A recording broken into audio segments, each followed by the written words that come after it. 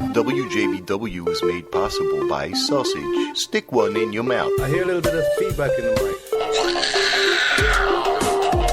These charges are not mine.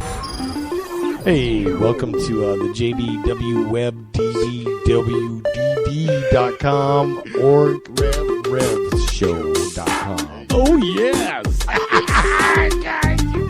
Fucking asinine. Can you give me a massage? I love you. Holla at you. Ow! Ooh, girl.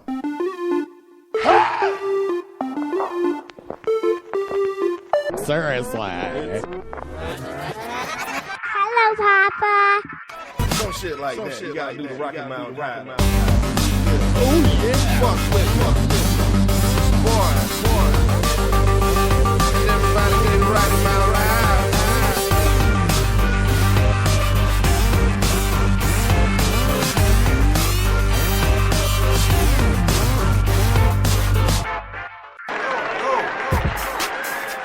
WJBW. You don't want to.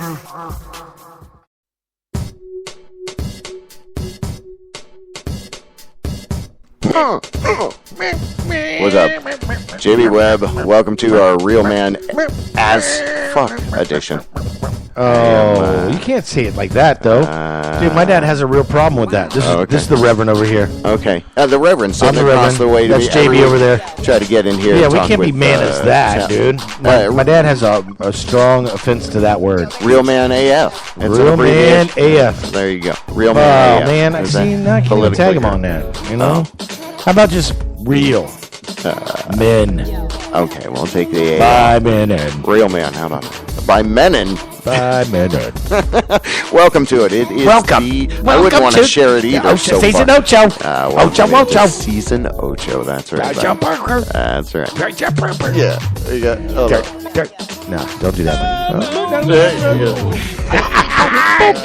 I love those characters. I really do. They Okay. They do stuff. Keep it together over there. You're cracking me. Maybe I shouldn't look at you. That's what the problem don't is. look. It's Don't look at me. That's Don't probably- you look at me. Don't you look. Remember Easy that there. from You're a Blue little Velvet? boisterous Do you remember today. that Blue Velvet? Huh? Don't you look at me. Don't you look at me. What? Did you ever see a Blue Velvet?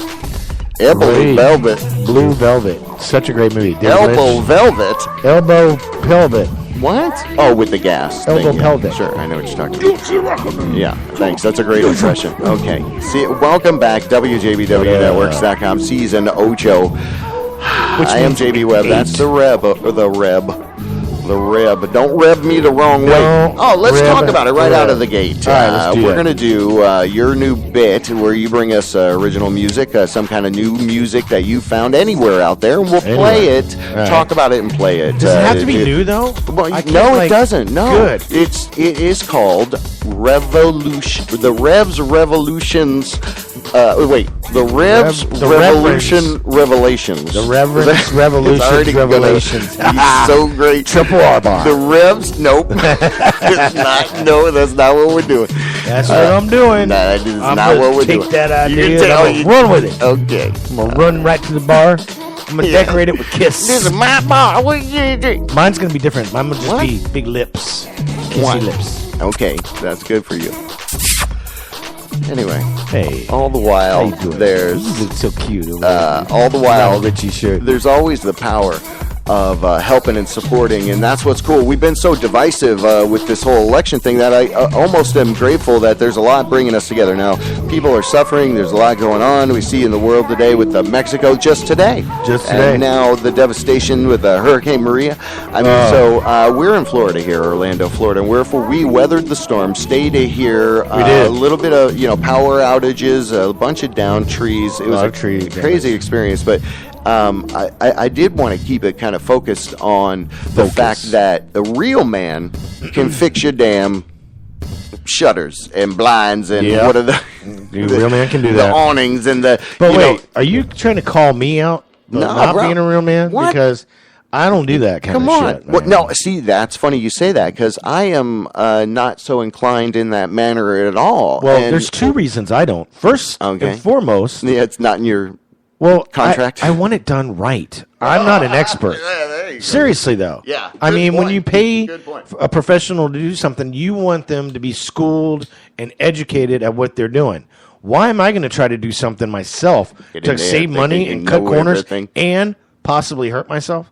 Good point. It's not worth it. It's pay for it, be done right the first time, and you're done with it. That's a beaming light of validity that you're shining there. I agree with it. However, a lot of people. To that same exact point, my dad was a real man kind of guy. Right. He was an airplane mechanic and a pilot. Right. And anyway, but he, could fix a lot of shit. But you're exactly right. When it comes to a certain thing like plumbing, electrical. I'm glad you're bringing this up, those JB. kind of My things. father is a master electrician. Oh, really? Yes, and he owned his own electrical company. So why we're not crafty like that? Are you mechanically inclined? But let me tell you something about the mechanically inclined, okay? And I hope no one takes offense to this because it's not really offensive. It's kind of a proven fact. But you can teach anybody. You can teach monkeys a skill like plumbing, like mechanics, like electric, like a pilot, like a doctor.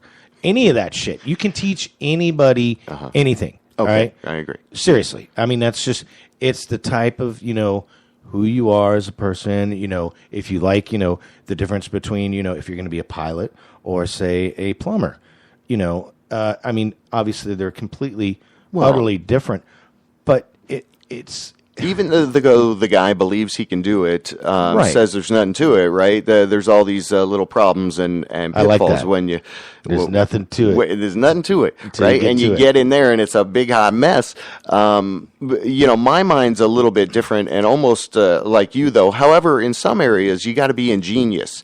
And I think, being resourceful, being ingenious in certain ways, like some people can garden. Do you like to garden? No. Does real man garden? Do real men garden? I would like say to hell garden. yeah. Farmers? If it was air conditioned, if I was in a greenhouse that was air conditioned and it had a reclining those are chair all hot and misty. that was on wheels, wheeling me around, okay, I would love it. I would be totally into it, dude.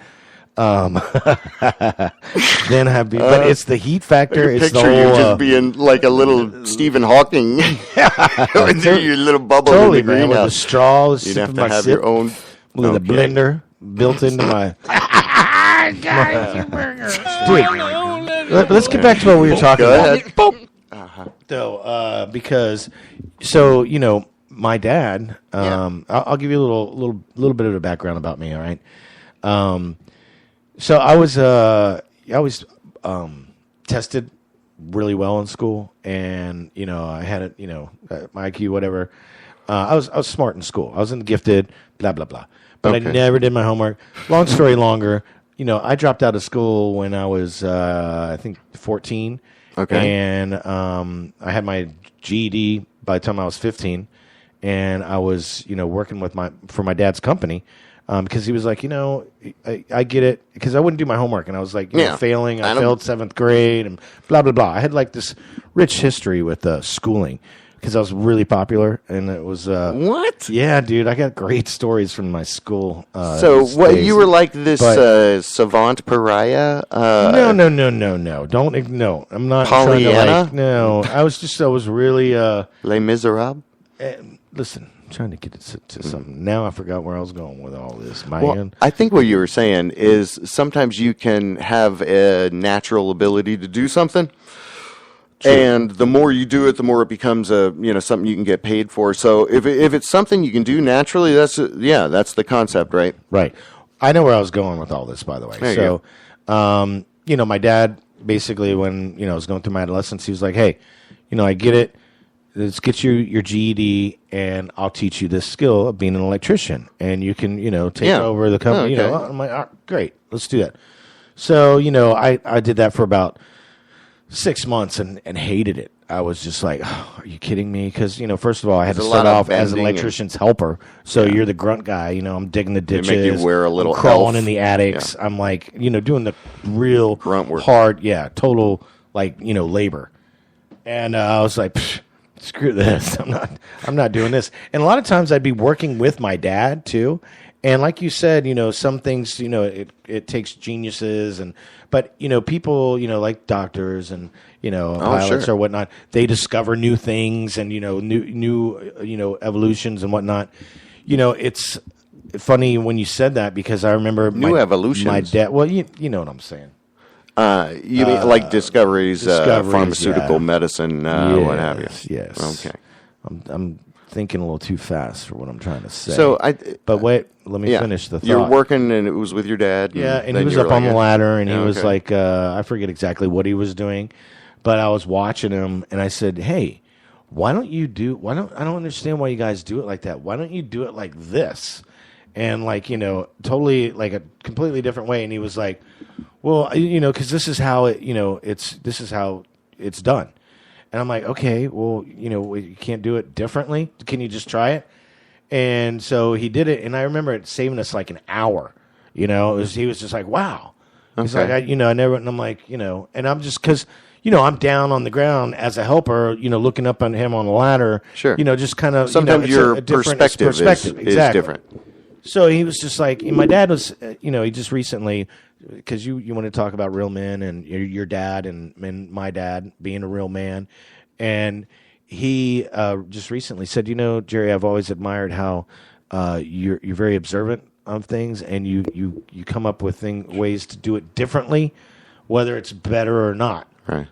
But you always, and he's right. I do that when I look at things. Well, and I think that's, the very definition of it is... including DJing. Well, I'm completely different with that, too. But yeah, the very definition of real man. There you go. It's a big, wide, moving definition. In one land, like Wonderland. In some land, Candyland, One Direction land, Shoots and Ladders land. I'm Monopoly land. Oh yeah, Lego land. Lego land. Othello land. That's a good one. Woo, man. Trouble land. Uh-huh. Not so much. Right. Parcheesi land. Not a good place. Yeah, dude. You do not want. They're having difficult times right now. Parcheesi land. It's rough over there. It is. Yeah, I imagine. Well, the Reverend sitting over there, we are talking about a little bit. Men. Well, I mean, talking about, I guess, kind of the irony in definition. Like my dad would take me to the hangar every single Saturday. And morning. hang you, like me, right? Me and my brother. No, we would go to the hangar and work on airplanes. And that hangar. Yeah. And it would be like, forced on me, so I didn't really pick anything up.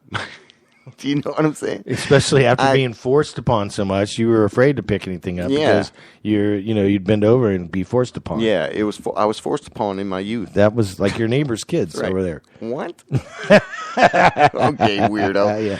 All right. Okay. So. Moving over to this session that we have a little bit later on the show, Vaughn Belak will be giving us a call about 7:30, and after that 8 o'clock hour or so, we're going to get into about a half an hour pre-recorded session I was able to do with a guy named Gene Humphries. Over 80 years old, he's an Army vet. He's got some excellent stories. So. Hey, moving forward, I was going to say, moving forward, what I found I always do is keep changing stuff. Yeah.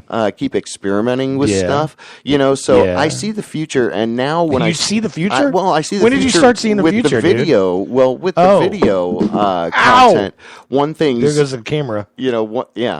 One thing's more accessible or overly accessible than another. Accessibility. Yeah. So I don't know. I'm just thinking of messing around and, maybe working with artists and doing an interview with them and then creating a separate product that's a YouTube video with the images of their art over, kind of like the quasi-radio web show. So anyway. Quasi.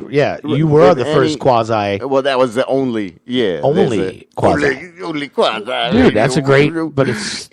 No, it all goes into the history of what we've been doing here. Again, yeah, man. Not out to try to make a buck. At this point, by the way, point I'm just... people in the right direction. I'm here for the history. with who's I'm with riding who's the out coattail, there dude. busting their ass doing stuff. So 10 years from now, when they finally when everybody exonerate you and will recognize you Exonerate me. and be like, hey, look at this guy. Look at this. He's been doing this for this long. We blacklisted him Wow. for long. We're going to have to just give him didn't give an up. award. And then I can be like, I can come up Wait to the till he podium. dies. We'll just- I'll be like, here you go. You made it. Good job. Good job. Anyway, thanks for hanging with us. We appreciate that. Go check out some people that are doing awesome stuff. POCASHottest.com. POCASHOTTEST.com. she's awesome, by the way. Get you some hot sauce, and deliver her it to your husband. house. They make phenomenal stuff. So we'll talk about phenomenal. We'll talk about some other people later. The revolution are we doing it now? has begun. Do it now? Yeah. From the front lines to your imagination. A revolution is a dramatic change in ideas or practice. This is a revolution, a dramatic change. This is the Art Army.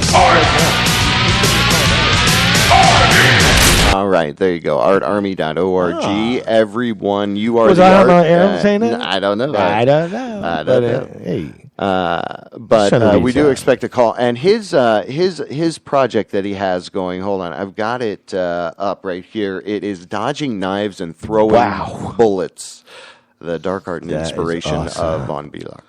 So he's doing kind of a rewarding like people that mountains and support, a stream. get behind him, fund that project. We're going to talk with him, probably. We're going to talk with him. You know, I guess a lot of the times you don't watch TV in the day. You ever watch Oh my gosh, TV in every the day? day. Sometimes if you have to You've been stay doing homesick that or lately, something. haven't you? And, you know, it's really just a different world than regular television. The soap opera that they got like people in masks and wheelchairs, and it's getting weird, man. Yeah? I don't know what's going on. What? But I thought Anyway. they stopped the soap operas. No, I don't know. I guess they're still What are going you on. watching? I'm not watching anything in particular. what I'm do just you- what do you- scanning. Like something will come on after the news. And I'm like, they start with this lady in this Phantom of the Opera mask, and she's like talking to a guy with like terrorist mask in a wheelchair. I don't know. It's I don't know. ridiculous. I don't even know what they're doing. Anyway, there you go. Real Man episode. We're talking about soap operas. Hey, yeah, right? 407-379. Wow. That's Wow. the 407-906-9328. We cannot squeeze in a call, but that is our phone number. So Yeah, let's so do all the this. people on hold, Let's we'll do give this. to you. Let's do this. Next week is going to be a special event, potentially, Well, because now, are you definitely going to this? Yes, I'm Show? definitely going to All right. it, but This is I don't want to talk the about Reverend's going to go see a show next week and give us a call. see some friends of mine. All right, so this will be excellent. Yeah. So we'll get into I'll do that. Yeah, we'll get into that a little bit later. Hey, The revolution. okay, that's horrible. I know. The revolution. The revolution. So hey, Ooh, girl. Okay, come on. What are you doing over there? man, what am I doing over here? I don't know. I don't know You either. just sounded I'm crazy. just crazy like All fuck. right. I think the legendary Shack Shakers are coming into town. Shack Shakers. Legendary Shack Shaker. Shack Shaker. I got a little bit of music. Let's bust into Yeah, that. We'll prep bust. up for the call. You got to still do the Man, thing at your thing? I do. I All gotta. right. I gotta get out of here, bro. right. But tell Vaughn Belak that I was like, "What up?" I tried to reach out to him on his messenger. I mean, if we can get him to call a little bit early, that's what I was trying to say off mic there. But I think it was on mic there. How do you normally get a hold of him? Well, you just give him a call. What's he expecting? No, he's going to to call us at a certain time, which it is not yet, and it's after It's the not time that yet. you said Yeah, it is you have after to time. depart. I just, so want to be I'm gonna part of it, but kinda season breaking oak show away. and all. Yeah, you know, yeah, it's man. like, Thanks for being here. Hey. No, I appreciate it. Yeah, I appreciate right. you too, All right. and that's All why right. I'm here. All right. All right. I really, yeah, I wish I could be here longer, JB. Well, But, Don't worry about it, buddy. You shared, next week's my birthday. I got a special surprise. Shared a part of your heart, soul with us there. So I did. That was excellent. So I appreciate you doing that. All right, buddy. All right. I love you, legendary Shack Shaker. Love you, buddy. Shack Shaker. Legendary Shack Shakers. Another track after that, and we'll be back with a chat with Vaughn Belak. Vaughn Belak. Dig it. Yeah.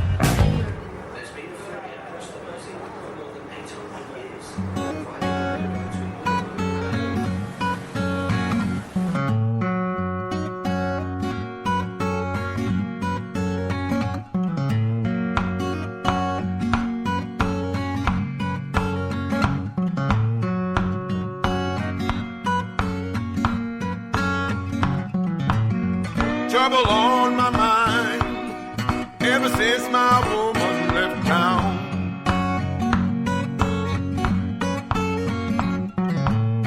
Trouble on my mind ever since my woman left town.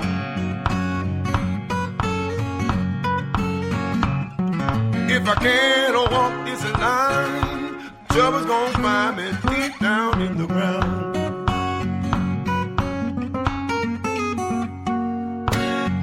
Ain't got no money, I got this pistol in my hand.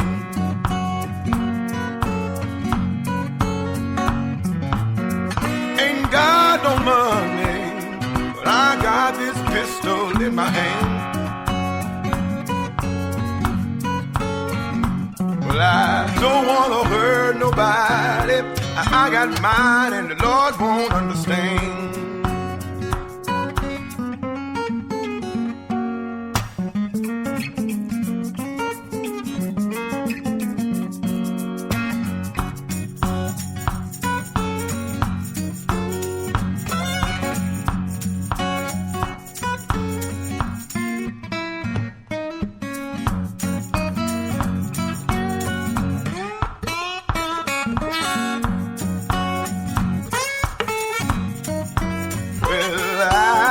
Reckon I'll go down, finding hell stars in her eyes.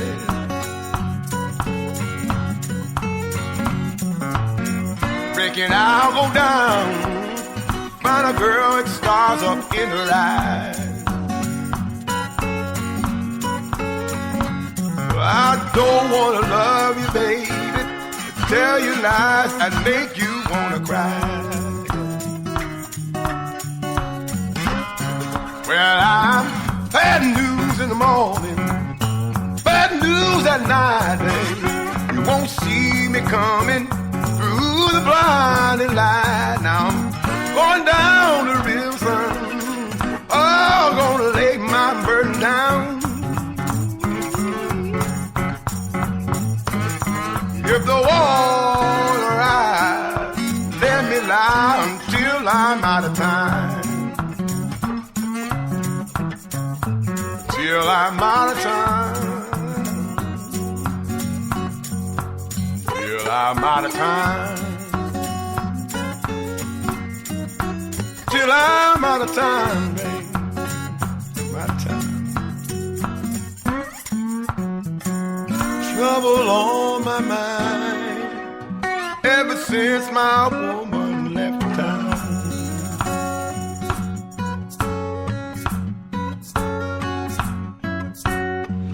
Trouble on my mind ever since my woman left town.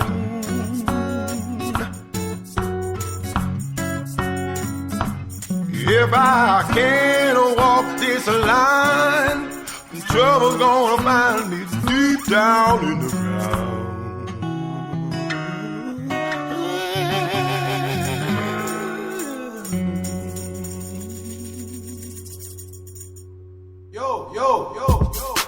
WJBW.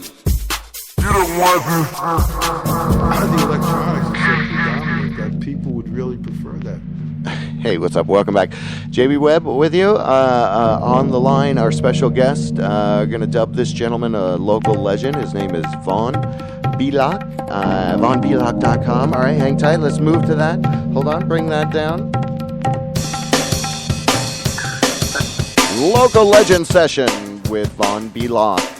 Beloved artist originally from Jacksonville, Florida, but doing some great stuff in the last 20 years with art, with his own personal advancement in who he is at a deeper level. So this guy's nothing but rock solid. I'm so grateful that you're able to be on our show. All right, turn that down over there. Jeez. It is the man himself, the real man himself, I'll say, Vaughn Belak. Hey, buddy, welcome. How you doing? Hey, man, doing great. How about yourself? Yeah, not bad. Thank you so much for being able to give us a ring. I love the fact that we interviewed you in season 1, I think it was, and like Dude, it's been too long. episode 4. So that was like 7 years ago. So, I think back then I didn't know enough about you, but we have this little credential we give out. It's not tangible, but it's a local legend. So I definitely love to peel back, maybe a little deeper. Kind of into your art origins. You've got a book coming out. There's a lot of great local establishments we'll talk about as well. And maybe we should, maybe we should kind of start a little bit, for people. How'd you first get saying, "Hey, I'm going to do art"? Was it the doodling? Was it, give us a trajectory of kind of how you first kind of came into it. Was it you just always had?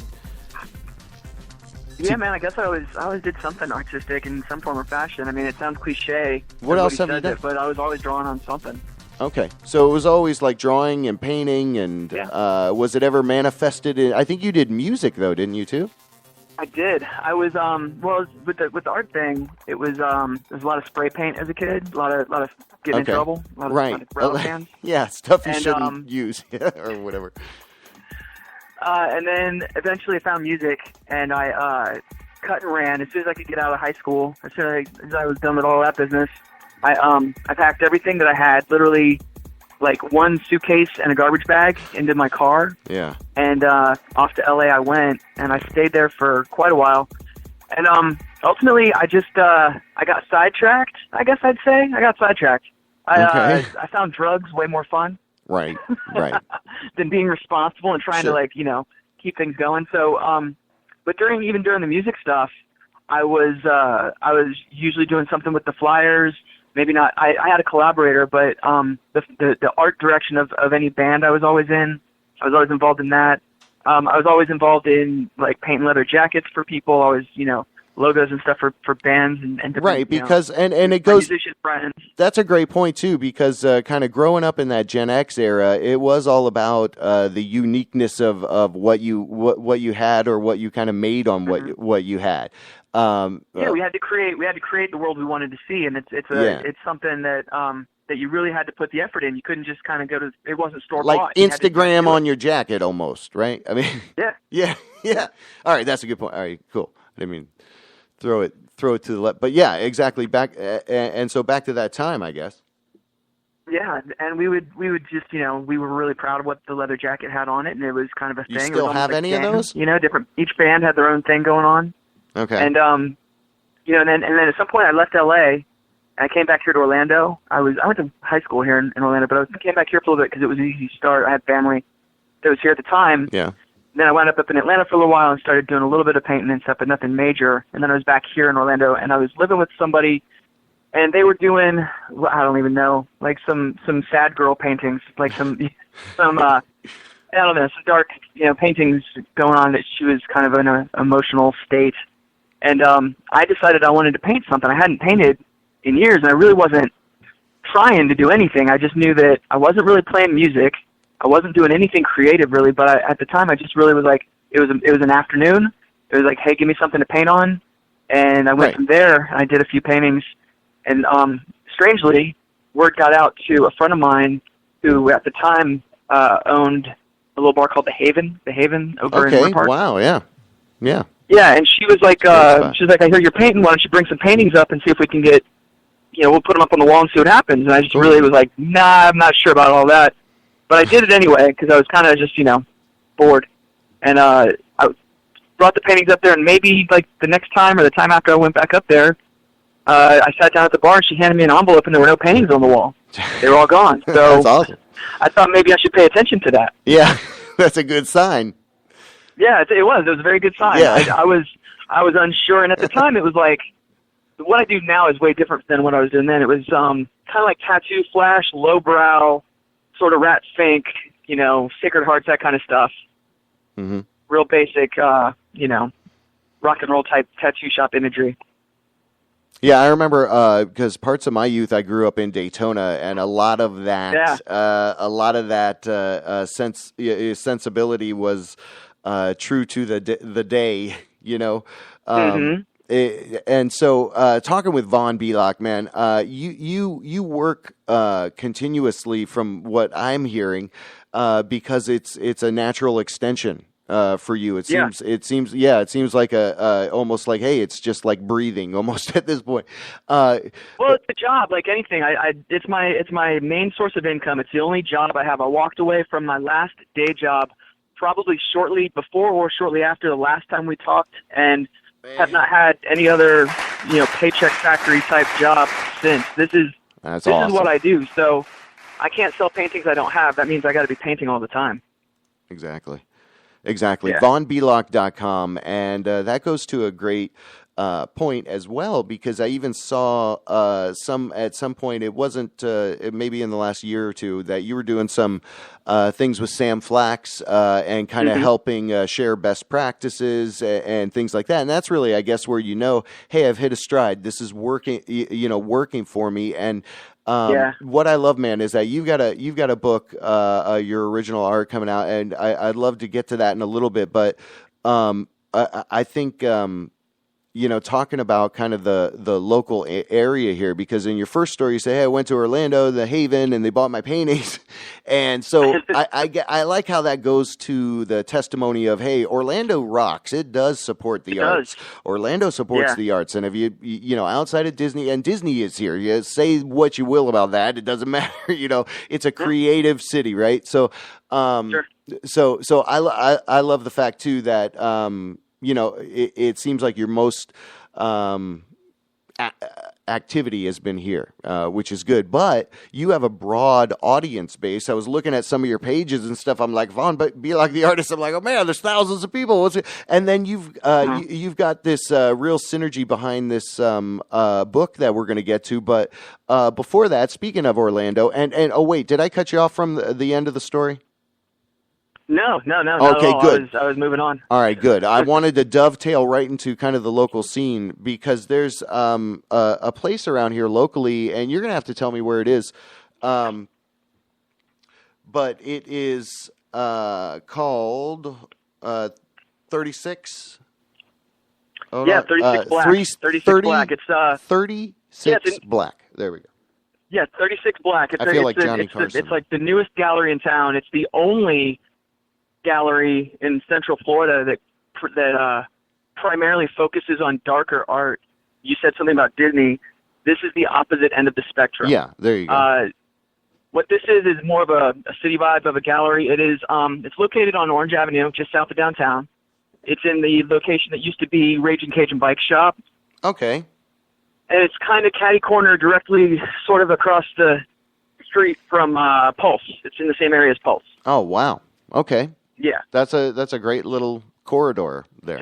It's a great little corridor. The guy that runs the place, his name is Johnny Nobody. I met Johnny at Spooky Empire last year. My wife actually met him first and sent him my way. He came up and we were talking. We hit it off immediately. His concept of what his gallery was going to be, it wasn't there yet. So it's very, very new. His concept and his idea for the gallery was something that I've been dying to get into, to find somebody that had the same vision and same focus, because none of the galleries in Orlando speak to the darker side of things on a regular basis. You can find shows that here and there will touch on things of a darker nature. Yeah. But 36 Black's primary focus, it's also a tattoo shop, but that's the secondary focus of the place. The primary focus, though, is to bring not just local people, but he brings in national and international artists. He brings in people from all over the place. I've been able to help bring a few other local artists to Johnny's attention. Jeff Wilfong, some other people. There's a bunch. Like, we've been really putting together a list of names for the upcoming shows, and he has every one of his shows opens and or closes on the 13th of every month. So there's kind of a theme there. Okay. So no matter what day it is, Saturday, Monday, Tuesday, that's the day. 13th of every month. Yeah. I love it. Speaking with Vaughn Belak, and this is a little bit of a conversation about a local art gallery, dedicated to now define darker art. What does that encompass? Well, you're not going to see palm trees, and you're not going to see, like cartoons, landscapes, themed shows, or you're not going to see a lot of necessarily pop art references or anything to that. Like it's like it's going to it be. reminds me a lot. There's a gallery up in New York called Last Rites, and it reminds me very much of Last Rites Gallery in New York. It's just got a darker vibe to it. It's got the walls are. It's just the whole vibe of the place is just a really nice cavernous feel to it. Well, they are located at the 1809 South Orange Avenue, Orlando, Florida. There's a phone number. Go find them. Go like them on Facebook. Follow that page because I enjoy the fact that, again, it kind of comes back to, hey, there's fertile ground to kind of create and grow different things here that... well, yeah, there's a ton of stuff besides... I mean, people, you were talking about just like the top of the tip of the iceberg with the Disney thing. There's also... there's another location I forgot to mention earlier that was a place called Carmine Boutique, which is our own local oddities place. And there's a lot of art events that happen there as well. I'm going to be doing some things with them. You had mentioned the Sam Flax thing that I was doing. I was teaching a class over there for a little bit. I'm going to be relocating that to Carmine Boutique. Okay. And where's that? Carmine Boutique is on OBT, over on Orange Blossom Trail, the trail. And it is just north of... Fairville Video, just past Princeton. Okay. All right. I know the area. So let me pull that up. Look at this. All right. I'm going to give you 2708 North Orange Blossom Trail, Orlando, Florida. There you go. All right. So Carmen Oddities Boutique. That looks cool. There's a cool... Carmine. Yeah, Carmine. Okay. Talking with Vaughn Belak. Man, you had mentioned Spooky Empire kind of through that. And before we get to the book, that's a pretty well-established brand to get involved with. And I think you've done it for a few years now. Now I have, absolutely. It was a hard sell, though. It was pretty funny. Talk a little about that.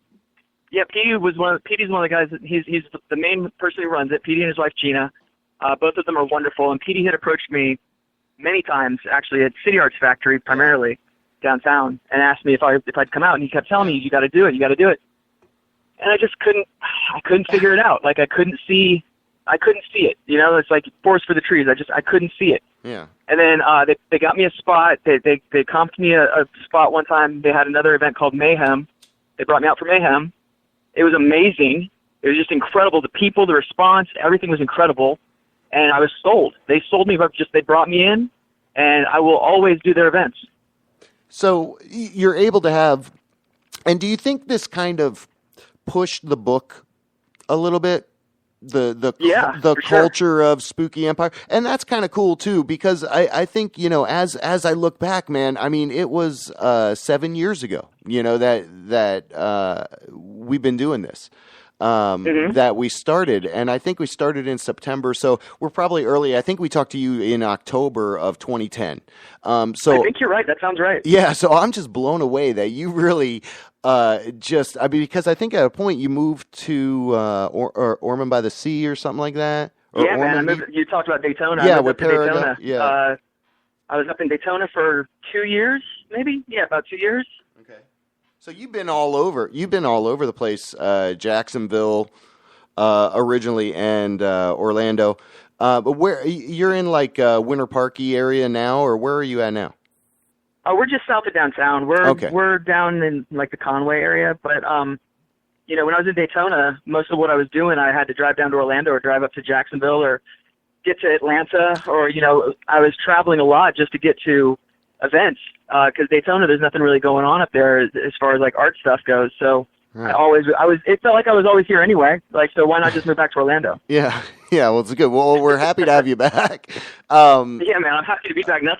Nothing will make you appreciate Orlando like moving away for a little while to someplace like Daytona, which that's a good for point. what it is, there's a lot of great stuff. But right. for what I was doing, I needed more. It's not Orlando. Dodging Knives and Throwing Bullets is this book that you're doing, and you've got backers. There's people. We'll find out how people can go support. I think it's a Kickstarter, right? Yeah. Dodging Knives and Throwing Bullets. The Kickstarter is vbelak.com. Okay, perfect. So give us a little history. How did the book actually kind of come about? And maybe, give us a little, what is it called, a preface? Well, the book came about in one of those ways that could have never possibly come about. Okay. What was happening, there's a company, there's some folks, Amelia G. and Forrest Black are some friends of mine. I've known them for a really long time. This comes back to my musical background. I was living in Atlanta when I met these two folks, and they were interviewing me for blueblood.com or Blue Blood magazine. I'm not sure exactly which one they were doing at the time. But I stayed in contact with them over the years, and I've done a couple of things with them. And I had found out that they were relaunching a magazine that they have called Barely Evil. Okay. And that's also, I'm in that also, which is barelyevil.com. You can get that. But I'd heard that they were going to relaunch Barely Evil, and I contacted Amelia and just asked her, what do you think? Do you have any room? Could you possibly squeeze me in? I've got a couple shows coming up I could cross-promote with you. If you've got even like a blurb, like whatever I need to do, let me know. Right. And what do you think? Like, what do you think? And I threw it out, and I didn't hear anything. Radio silence for like 5 days. Okay. And I just thought, this isn't good. Like, she thinks I'm a jerk. Like, right. Who is this art boy coming along, wants to advertise my magazine? Like, I just thought I was not going to hear anything else about it, right? Yeah. And on, I guess, like the 6th or 7th day, I get a call, I get an email, and the email was, not really thinking so much about the magazine. What do you think about a book? And what had happened, she'd been sick and just couldn't get back to me sooner. Right. And I'm impatient, so I thought the worst case scenario. So, but she hit me with the idea of a book, and it spun my head. I was like, of course. That's incredible. So yeah, absolutely. So you make a good point there with kind of the self-defeatist attitude. Sometimes it's you have that optimism, but it's not for as long as you should, right? That's the only problem. Sometimes it's one of the things run that out of optimism. you got to make that purchase at the register. Like, it's a spur-of-the-moment thing. Like, I got to hit send before I think too much about why I shouldn't send this message, because this could be like, either the best thing or the worst thing.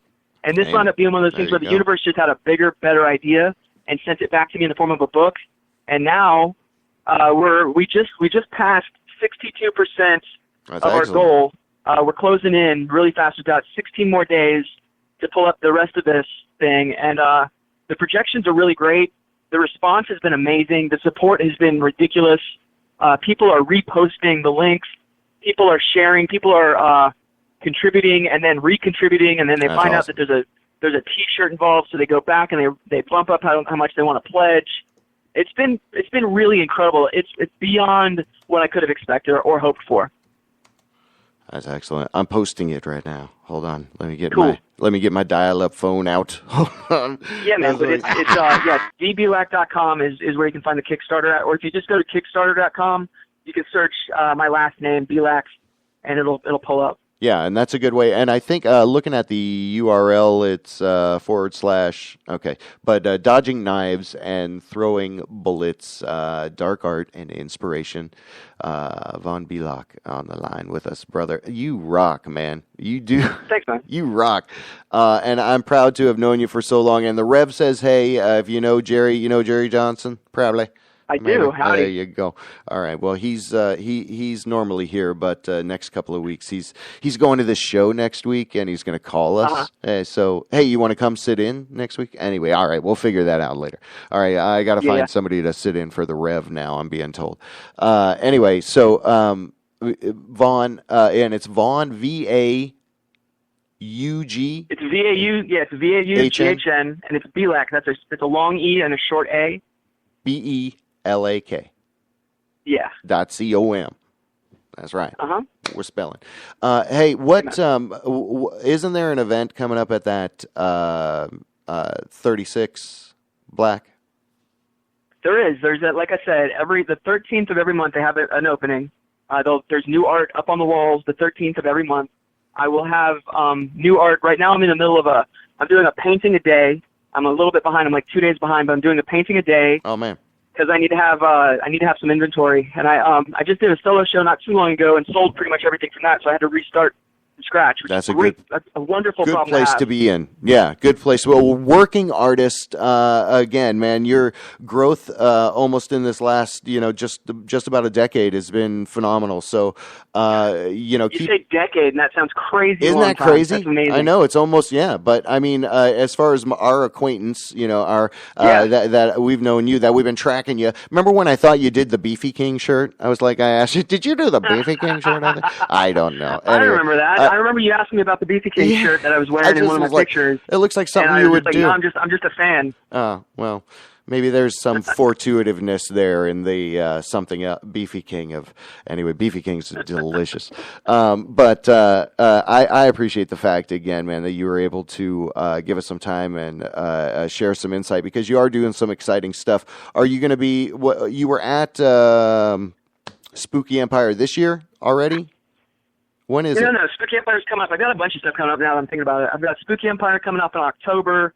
Then I've got a thing at Gods and Monsters, which is called Camp Blood.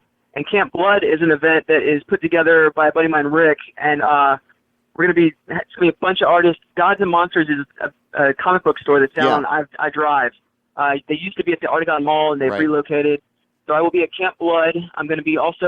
I'm probably going to be this weekend at Disney, actually, since we've mentioned them a bunch of times. I'm doing Spooky Day in the Park with the folks from Spooky Empire.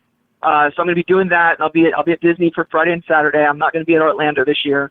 Then I've got 36 Black. I'm going to always try to have new art at 36 Black for sure.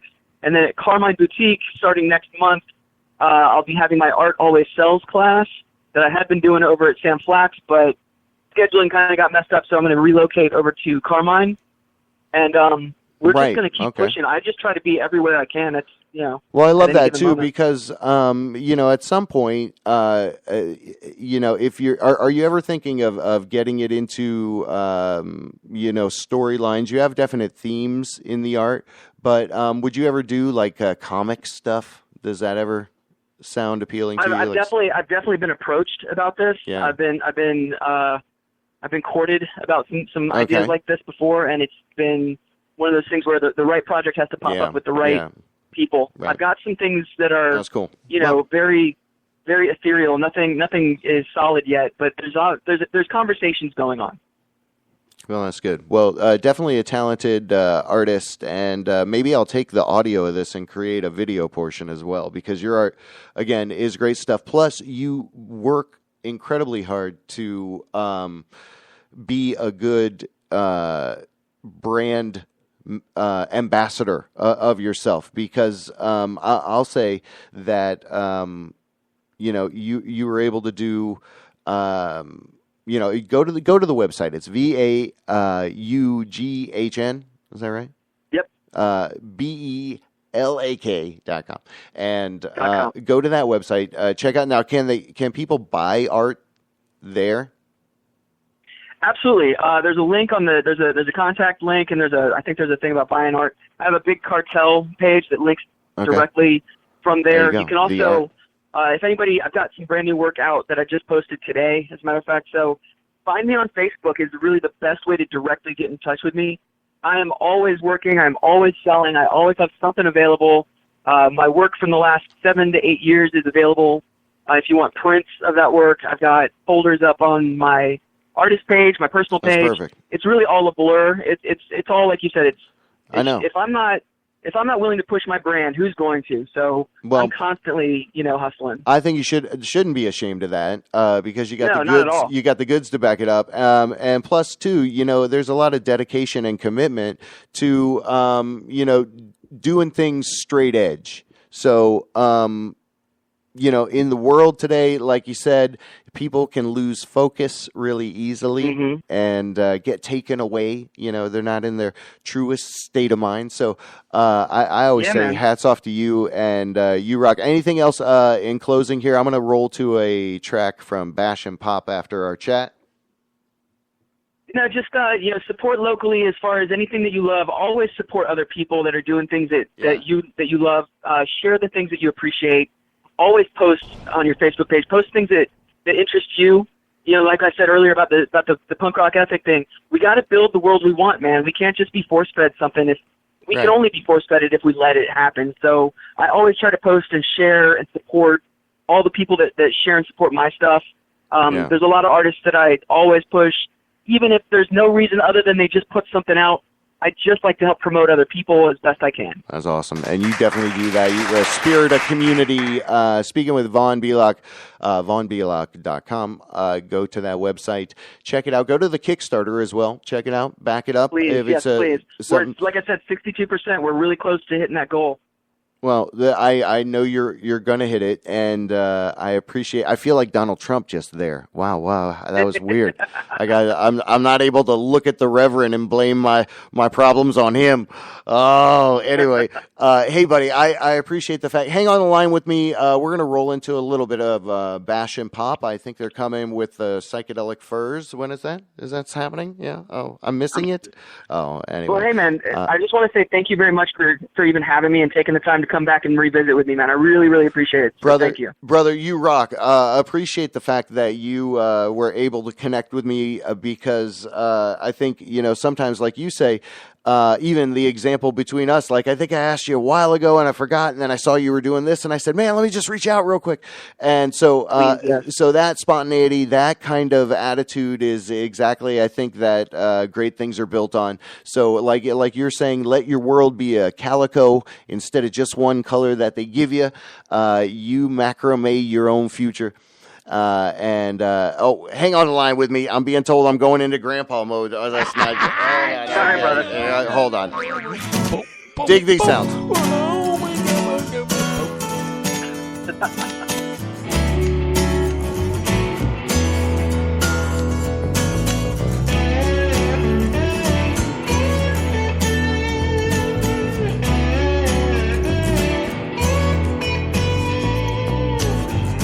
Got too hungry to eat. Maybe just got a little bit too tired to go to sleep. Maybe I'll check the weather out on the limb. Perhaps we went too far for starting over again.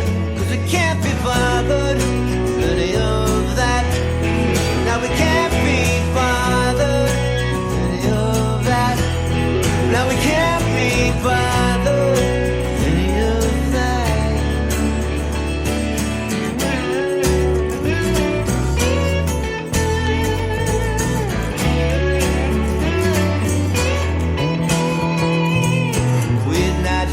Pins and needles, we're drawing blood just to live in the sequels. The story once had a good plot, written in our teens.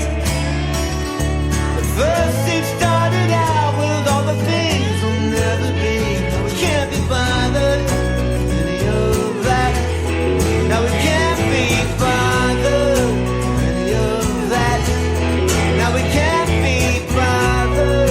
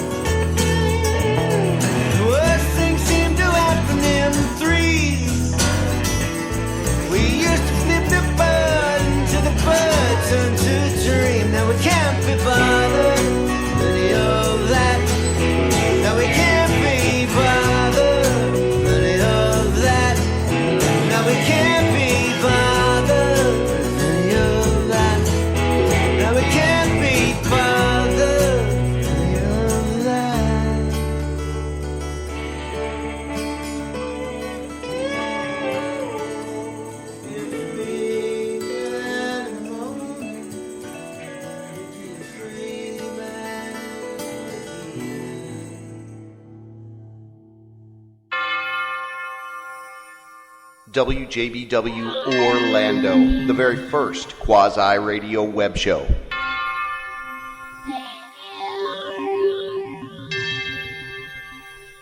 The JB Rev Show.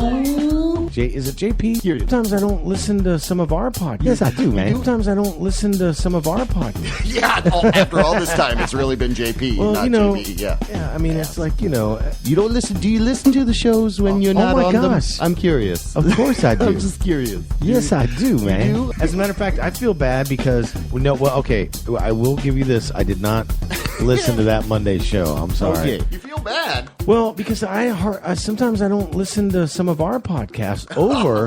Of course I do. I'm just curious. Sometimes I don't listen to some of our podcasts. Yes, I do, man. Sometimes I don't listen to some of our podcasts. Monday night, 7 o'clock, the JB Rev Show. Yes, I do. Okay. All right, welcome back. Maybe that's where it's a little. Party at AK's house. Stop that.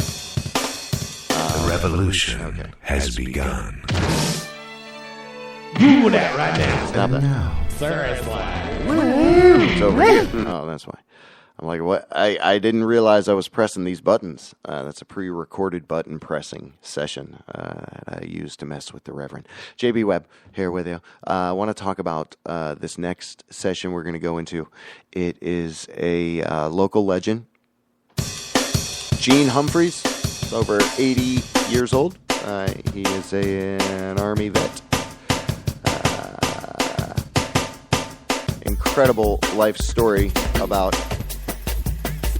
putting your mind to something with unreal conditions, constructing, making something happen. The story of Gene Humphries is up right now. Hey, what's up? It's JB Webb. I am happy to be joined in the studio by a very talented, hardworking guy. He has really contributed a lot to keep America free, keep America safe, and I'm happy to honor him with our local legend award.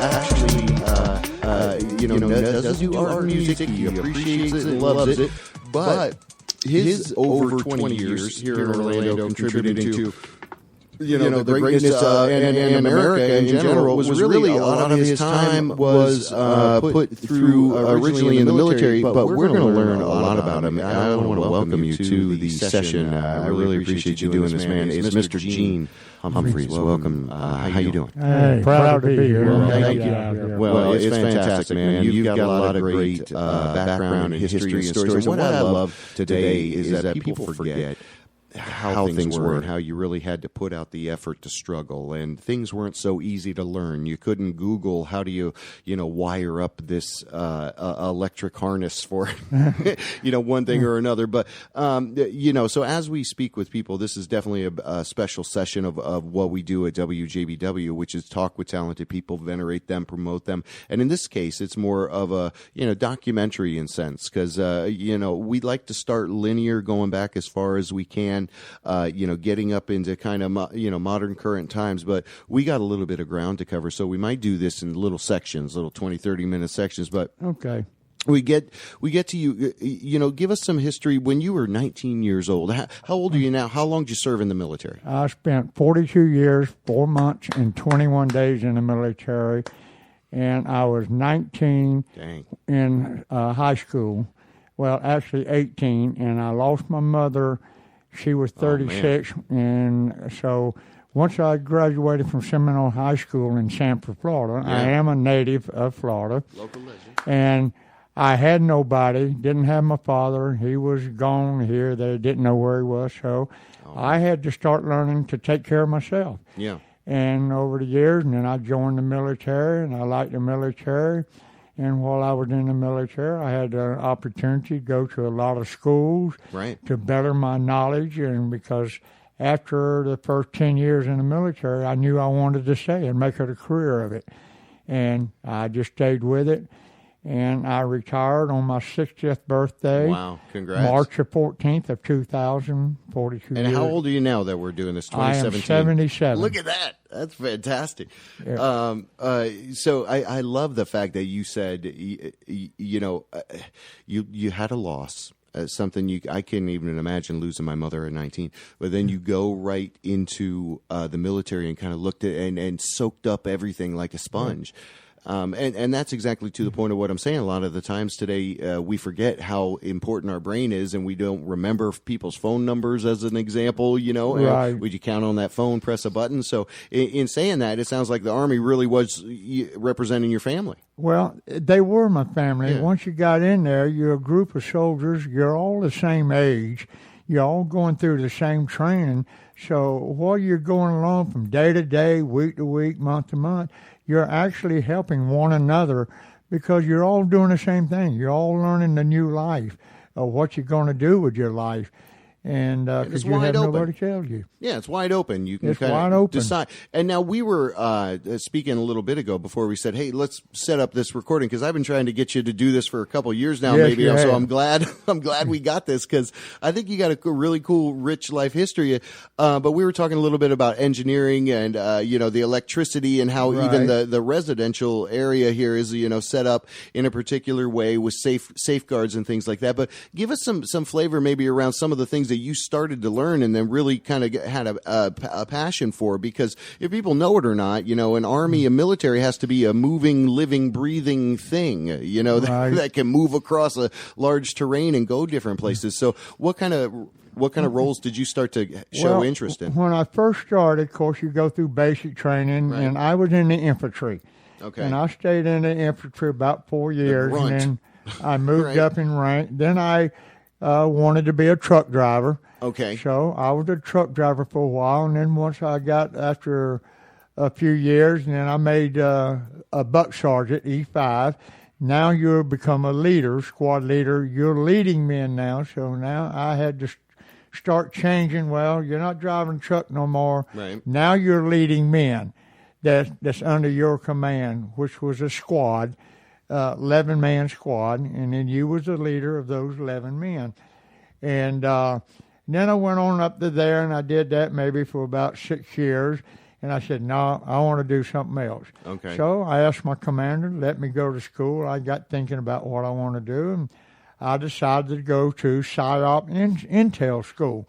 I wanted to learn how you'd and PSYOP is nothing but propaganda. Oh, spy. Yeah, like spy stuff, kind of. Intel and, okay. Yeah, I would get on the radio and I'd start talking a bunch of stuff that wasn't true, trying to get people to believe in me, and all it was, they didn't know it, but I knew it. Everything I was telling them was not true. What? That's what PSYOP is. Okay.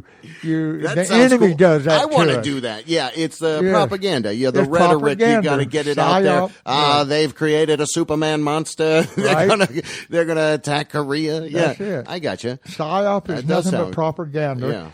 Yeah. And one thing I learned in school today: never believe anything you hear and only half of what you see. Yeah, there you go.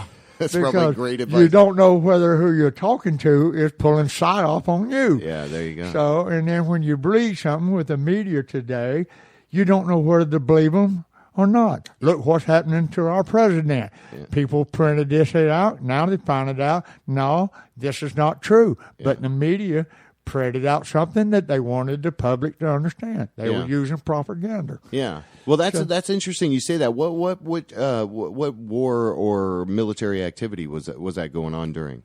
Well, that was back during the Korean War. Korean War. Okay. Right. Well, actually, right after the Korean War. Okay. I enlisted right after at the end of the Korean War. And I guess too that PSYOP is used at integral points. It's used strategically. Right. Yeah. And I just did that because I got tired of being in the infantry and being a truck driver. I wanted to pursue something different, and that was it. And I did that for a while, and then I got that, and then I decided, well, I was a truck driver, now I'll go to mechanic school.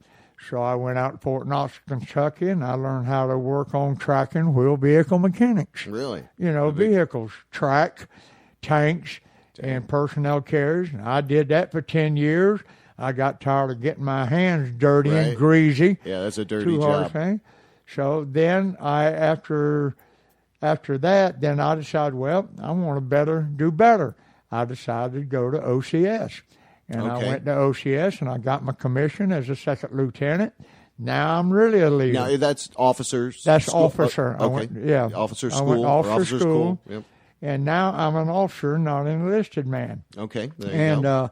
So I stayed that for 10 years, and then I had went to a couple other schools while I was in there. I went to several medical schools to get the training because I'm a leader now of men, and with all of the senior NCOs and all junior officers have to go to so many hours a year for medical training. Sure, to know the basics, to know the keep basics, people in because live you got to watch your soldiers. Yeah, just in case. Right, Yeah. and if you see your soldier acting funny or talking to you, you got an idea, wait a minute, maybe I need to send him to the first aid station and have him evaluated.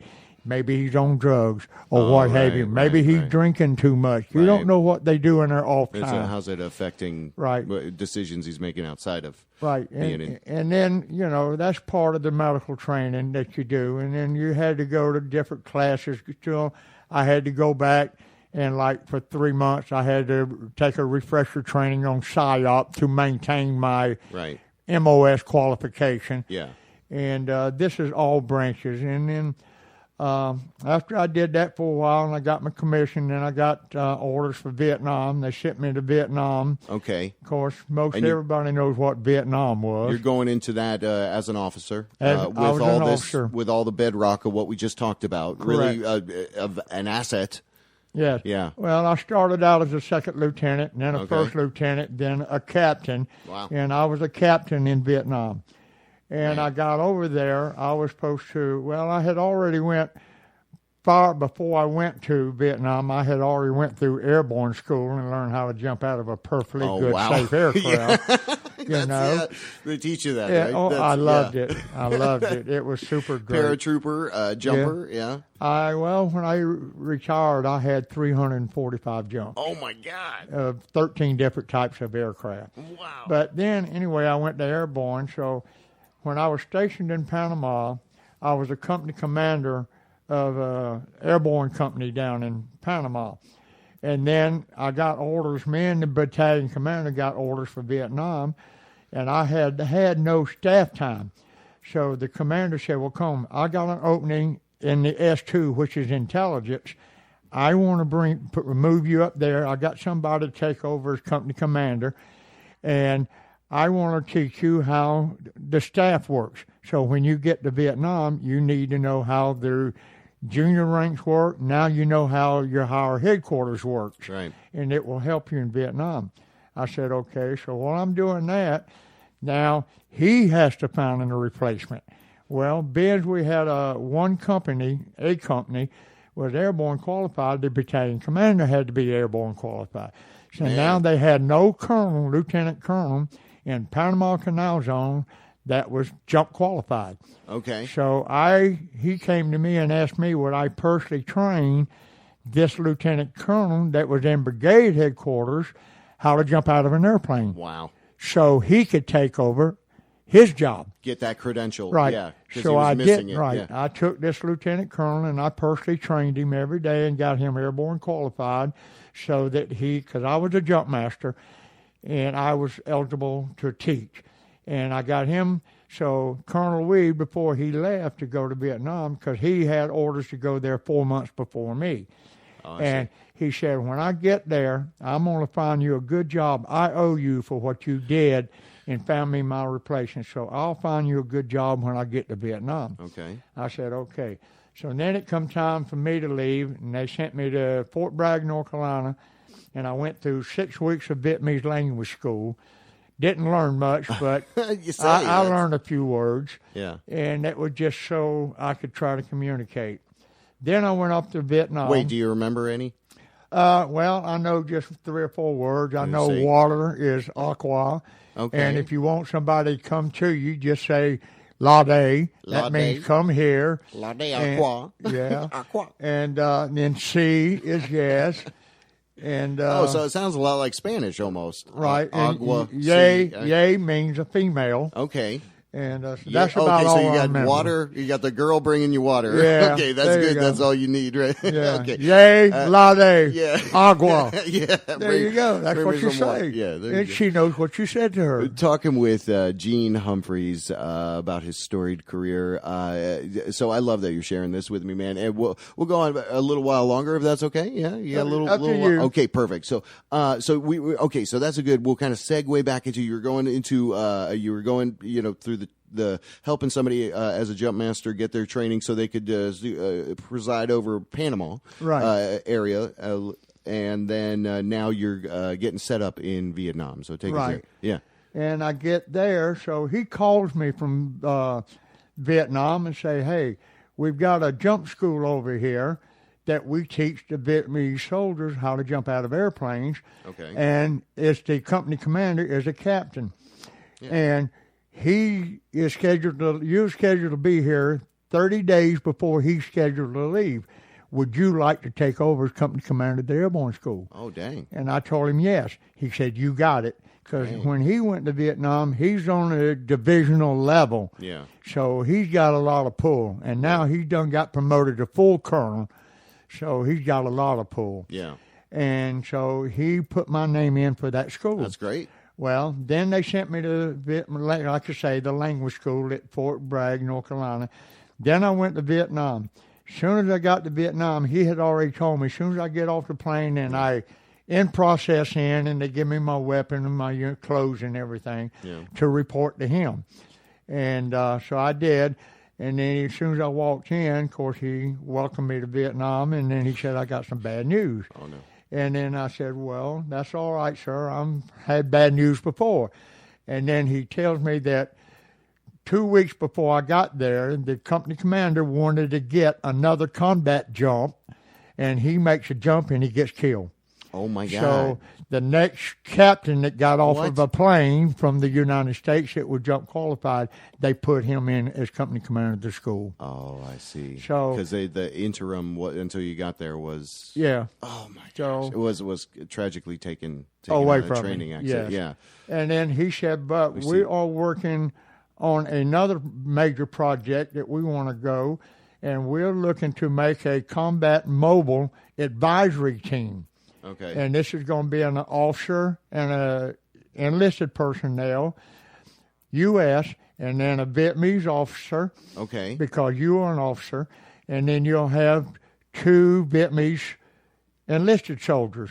One of them will be E5 interpreter that speaks perfectly English. Yeah. So you don't have to worry about Vietnamese. He's going to translate everything for you. And the other soldier was nothing but my bodyguard. Really? He was to protect me. Just in case things went all hairy. Anything. We got in an ambush or what have you. So that's what I started doing. So now you're working with the Vietnamese soldiers that were in the opposition of the rebels over there at the time, or because I guess it's easier to think North-South Korea, but it was almost that more guerrilla warfare versus the people. Yes, in a way. And my real job was I went out, my team, helicopter took us out, dropped us off. We went into outposts. And we worked with the soldiers in that outpost and went out and taught them how to upgrade the concertina wire around their outpost to keep the enemy from coming up to them. And then we went out and I taught them how to do search and destroy missions. Were they relatively taken to the soldier thing, or were these like farmers and stuff? I mean, you kind of got a sand lot, or no? They were regular soldiers, just like we have in the United States. They were ready. Okay, they were Vietnamese soldiers, and we just out of boot camp. They were okay. My main job was to help them to upgrade their outposts and to go out and how to search and find and kill the enemy. So that the enemy didn't kill them. Right. I was on the ground instructor, and that's what we did. I set up a lot of ambushes. Right in the middle of the real deal. So You've had that experience, and I know that's always, again, we spoke a little bit about how everybody has their cell phone, so you stop using your mind, right? That's right.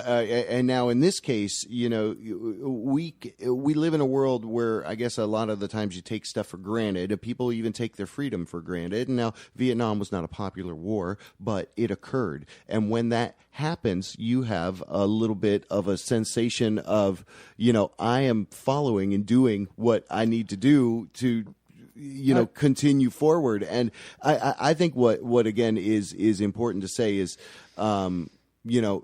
war is not pretty. No, it is not. It's not a damn Hollywood movie. It's it's real life and death. So, in saying that, you had this little battalion, as it were, a little outpost kind of state. Where were you in the vicinity of? I was down in the Delta. Okay, Vietnam was. That's not the good. It was a part, full though. corps. Vietnam was broken down in 4 corps. I Corps, 2 Corps, 3 Corps, and 4 Corps. Okay. Like in the United States, we have states. Yeah. They have corps. I see. And all it was just a big area. It may be to the U.S. to give you a roughly size. Maybe Vietnam, South Vietnam. That's where I was. It was probably 150 miles wide and 500 miles long. Right. So we would take, compare it up, we would take maybe Florida and Georgia Right. and Alabama, Right. put them 3 states together, and that was the I Corps. And you I do see. the same thing in 2 Corps, 3 Corps, and 4 Corps. Okay. Was there like a lot of natural estuaries or rivers and stuff dividing these lands, or is it a lot of rivers in Vietnam because their biggest industry was rice. right? So they used the rivers and built canals to flood the rice paddies. Right. And that was how, and then up in the I Corps, they had banana trees up in the I Corps. Down where I was, the Delta, that was all rice because that was the lowest part of the country of South Vietnam. And then you had, up in 2 Corps, you had rubber trees. Oh, really? Yeah, trees that it actually grow rubber. And rubber tree plants. Right. Yeah. And then 3 Corps was mostly the capital of Vietnam and your biggest city, the Saigon, the city, everything, Okay. which was big. Saigon was probably about, really? The town of Saigon was probably about the size of Georgia. Jeez. Just Saigon Just alone. the state of Georgia, not Atlanta. Yeah. Wow. Yeah, well, they got Atlanta, but I mean, Yeah. they took areas, because it was broken up in court. And then out in that area, you have a lot of hamlets, which to us would be cities. Right. Right. So it was broken down that way. And you got villages, hamlets, and, you had a leader. We call them mayors or governors, but they would be hamlet chiefs or village chiefs or something, which is the same as mayor or something like that to us. And then I did that, and then when it come time for me to I got caught in what we call the rift in Vietnam. Okay. And we're fixing to get ready to pull out of, this was went over in 70 and come out in 72. Okay. So in 1975, we pulled completely out of Vietnam. I tried to stay another year, and they said, no, you've been here too. You're safe. You're going home. So I got on a plane and came home. Yeah, thank God. But thank God. We were pulling out. So now in the United States, in a command, you're only allowed so many officers with different rank. Okay. Well, we had 89,000 officers, too many, in Vietnam. Wow. So now they have no place to bring us back to the United States and put us in a command. Okay. And you cannot be overstrength in a command in the United States with officers. I see. But you can enlisted personnel because you have a bigger rotation of enlisted personnel in the United States in the military, all branches. I see. So that's why you can be overstrength with enlisted personnel. You may be 15 men overstrength for 3 months, but now for some reason students went off to school or they changed their MOS or they retired or what have you. You know. Well, what did they have to do? Like decommission them all? What happened? No, they took our rank away from us and put us the enlisted rank that we had. Oh my gosh! When I went to OCS, which was a staff sergeant. Wow! So I went back from a captain back to a staff sergeant. And then I just started. They put me in command, and I started working my rank up to sergeant first class, and then master sergeant, and then I finally made my rank as a sergeant major, which is the highest enlisted rank. Now, you were back in the States at this point? Back in the States. Where, what part of the North Carolina? Well, I went to Aberdeen Proving Ground for a while, and Aberdeen, then the rest of my Maryland. time, I went back to Bragg because I went through Special Forces. Okay. And then I stayed at Fort Bragg with the Special Forces. Yeah. I still did wanted to change the MOS, and I wanted to be the bad guy. Yeah. I like kicking ass. So. Well, you know, and too, kind of where I think, you know, you were telling us about that little story, which I'm sure you have fascinating stories. It gives me, you know, a sense of pride to be your friend. Thank you. I'll say that because, you know, you put out a lot. You know, you've given a lot for this country, and you know what I like to see too is the fact that as a person, you know, from how I know you, you give a lot to people that are kind of struggling and in need. But it's not just giving to give; it's like, hey, get your shit together, maybe, That's right? It's That's like, it. hey, get your stuff together, get your stuff. You try to make good investments in good people that maybe just had a bad turn of luck, things like that. So that's an admirable quality. I like that. About you. And I use my training today, even out here with the civilian people. You know, I help different friends that he's struggling. I may meet him. He's struggling on learning his job. I'll take and I'll say, well, why don't Like you a do it this tradesman. way? Yeah. I give him advice. There you go. I'm still being a leader. There you go. As a civilian. And there you go. And see, and that's about you're sharing that knowledge. You're That not I keeping learned. it. You're not keeping it in there. And we were even talking about this a little before we started recording this session. That you know, people today, if they can, go learn a trade, learn plumbing, electricity. All that stuff is not going anywhere. Concrete, all that you know, physical work. And I think, you know, a lot of what fascinates me is being able to utilize technology, whether it's a mobile app, is this level, you know. You have traditional tools that can do all that kind of stuff, but you know, you learned a lot in the military. You know, how has that kind of directly impacted where you're at now? Like you're saying, you're, you know, helping folks out that are, you know, maybe in need of technical expertise. But well, it's mostly what I learned. Like I jumped real quick and went from started, and I went all the way to Vietnam, come back, and then got ready to retire. But right in the middle of me, after I came from Vietnam, before I went Special Forces, I went to engineer school. Okay. And I learned how to build a house. I learned how to take and pour concrete, mix concrete, lay bricks, lay blocks, how to put steel in, you know, how to nail a nail into a 2x4, how to frame a house, how to lay shingles, all of this. I learned that. And after I got through with that school, that was 18 months, and I said, well, I want to do more. So I went back to a combat engineer school to learn how to repair roads and bridges and build an airport. So I had that knowledge as a combat construction engineer, and that's what I retired as a combat construction engineer from the Army. And I think that's really important too, because like we were saying, an Army has to be a living, breathing, moving thing, and people don't think of that sometimes, that you could build an airstrip, right? So a plane could land, so you get supplies and people and stuff in and out, a helicopter comes in, you know, here and there. But, you know, moving forward, I guess that's, you know, you moved after that craftsman experience, Special Forces, and then to kind of maybe take us to the, you know, what was kind of the end of the military career? Obviously, you do a lot of training, you know, you help a lot of people, you share the skills, the knowledge. Well, in the Special Forces, see, the engineer, I use that in the Special Forces. Okay. We got all different types of jobs in the Special Forces because I'm sure that you've heard, you know, Special Forces. We got Special Forces people in Iraq and Afghanistan right now. Yeah. Teaching, working with the Iraqi soldiers. That's who's there. It's the Special Forces people out of Fort Bragg. Yeah. And so that's who's training the Iraqi soldiers is the Special Forces out of Fort Bragg, North Carolina. But the ones that's there are the ones just teaching them how to fight. how to shoot rebuild, a how to rifle, defend. how to get out there and attack the enemy, how to set up ambushes. So that would be the infantry side of the Special Forces is what's over there.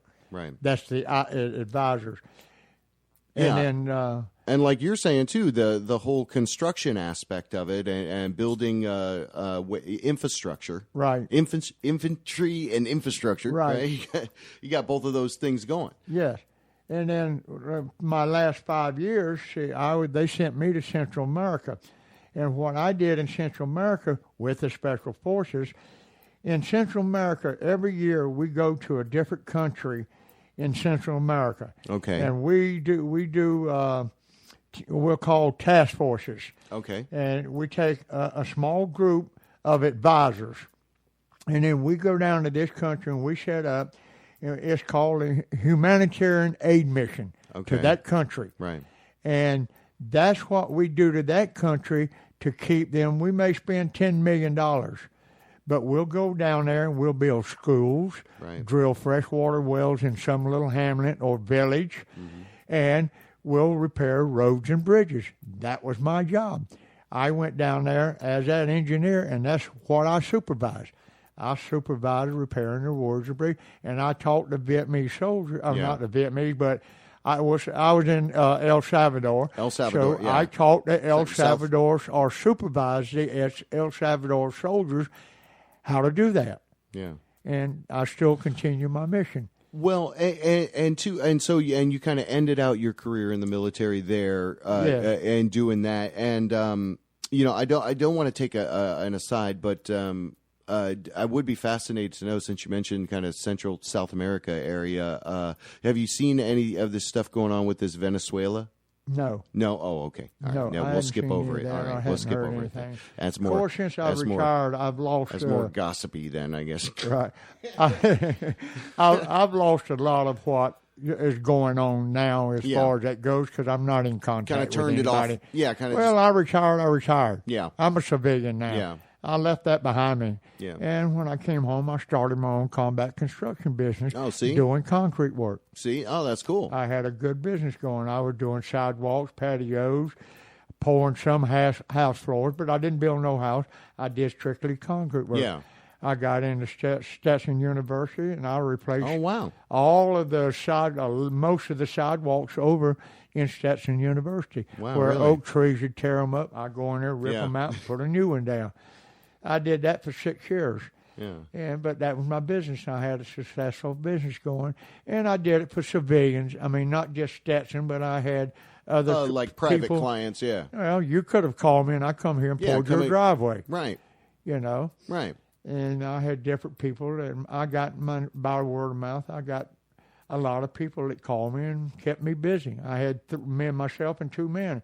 We stayed busy. I was averaging $100,000 a year. You see, that's awesome. That's a good salary. That's awesome for a small company. Yeah, and that's a direct correlation, from anyone that thinks Army. It's also, there's a huge building component there and infrastructure, not just the infantry in the war, right? So we are speaking with Gene Humphries. I want to thank you so much for your time. We got a good about a half an hour, and you really took us beautifully through a good chunk of your life there. And maybe what we'll do is plan to come back and concentrate on some other little areas. Maybe if we you can go back to individual schools or something. Yeah, hone down in on it a little more. With this one session here, I tried to cover from point A to point B, which was my beginning and my ending, and and I had all these different years and months during that. Yeah. Where I just told you what I did. Yeah. But Well, I didn't get into detail of everything I was doing. And maybe we'll do that. We'll do that. We'll do that. Yeah, we'll take a job. There's and then kids we'll running talk about around the job. out here making noise all around the place. Yeah. Oh, anyway, I am JB Webb, man. I'm honored and privileged to have Gene Humphries in studio with me. You just heard a great little half an hour chunk there of a local legend interview that we're privileged to have with us. So appreciate you doing that. Gene, hang out over there. All right, play music in the background. Beep, bop, boop, bop, bop. We'll see you on the next. Okay. Thank you very much for having me.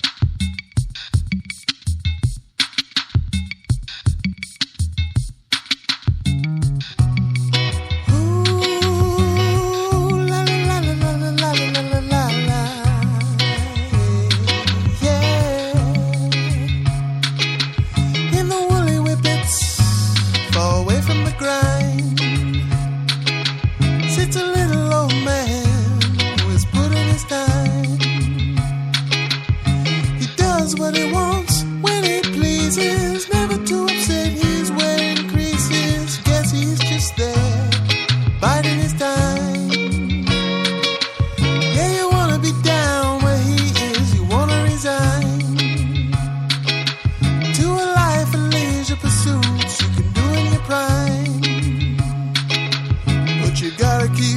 hustling, you're pushing just to save a dime.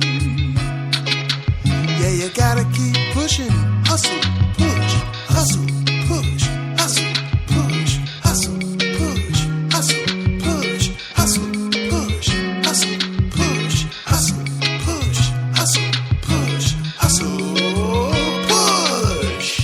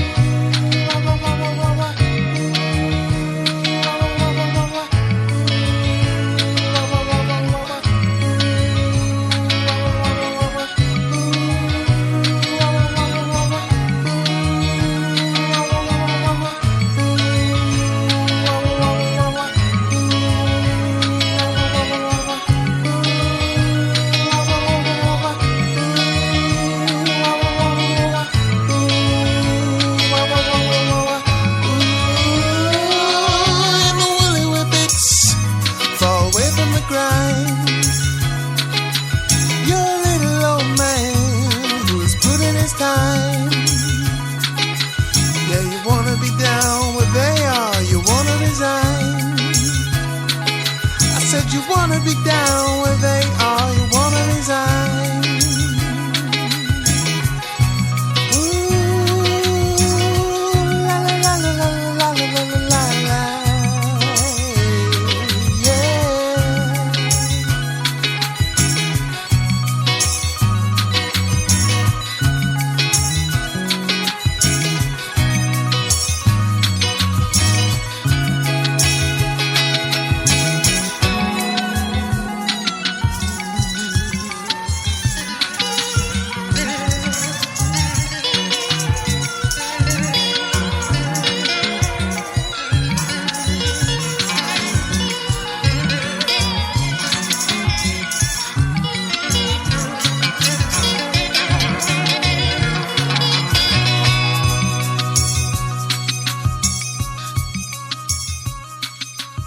WJBW, Orlando, Florida. The first quasi-radio web show. Wow. Yeah. All right, there you go. Wow, welcome back. It's not maybe the best song choice, but needless to say, we provide original content on the weekly. This is the beginning of this, will be next year. I guess season Ocho will make more sense next year, I'm being told. Is that? Yeah. Okay, thanks. So anyway, I appreciate your continued support in what we do here. Again, everything is funded to make sure that there's a free voice out there to support the people. So 407-906-9328 is the telephone number if you want to give us a call. You can also leave a message on that line. We will play those messages. But for right now, should I do it? No, I'm not going to do the news. I do want to do the sponsor crawl. We'll go into a song from Kevin Maines. Kevin, oh man. Yeah, Kevin Maines and the Volts. Take care of each other. I guess that's the best thing I can say. Always be sure to take care of each other.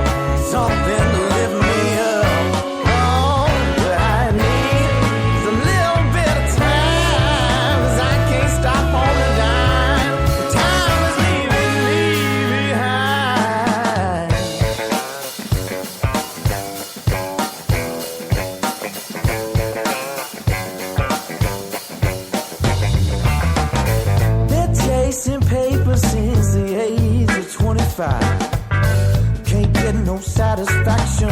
What's the use in trying? The road gets longer by the minute, by the mile, while the days get hotter by the second, by the hour. Preachers indoctrinated, still while they congregated, even television stations trying to slow me down. Addition by subtraction, time to catch a chain reaction. Both my shoes can't get no traction, pushing off of this ground. What I need is a little bit of love, something sent from above, something to lift me up. Oh, what I need is a little bit of time, 'cause I can't stop on a dime. Time is leaving me behind.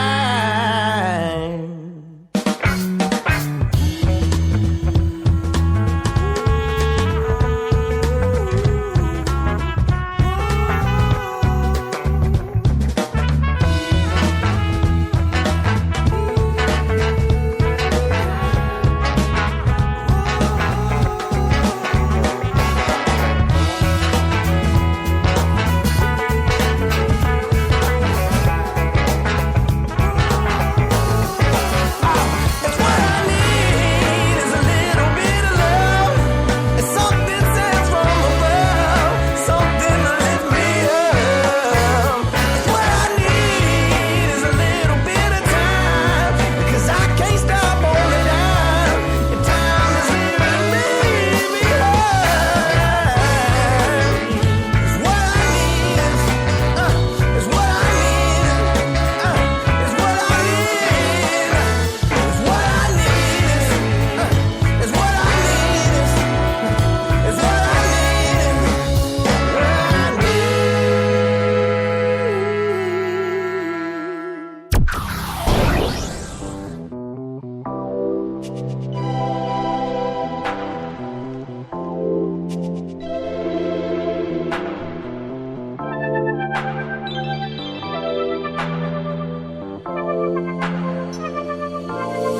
It happened so easy at the start.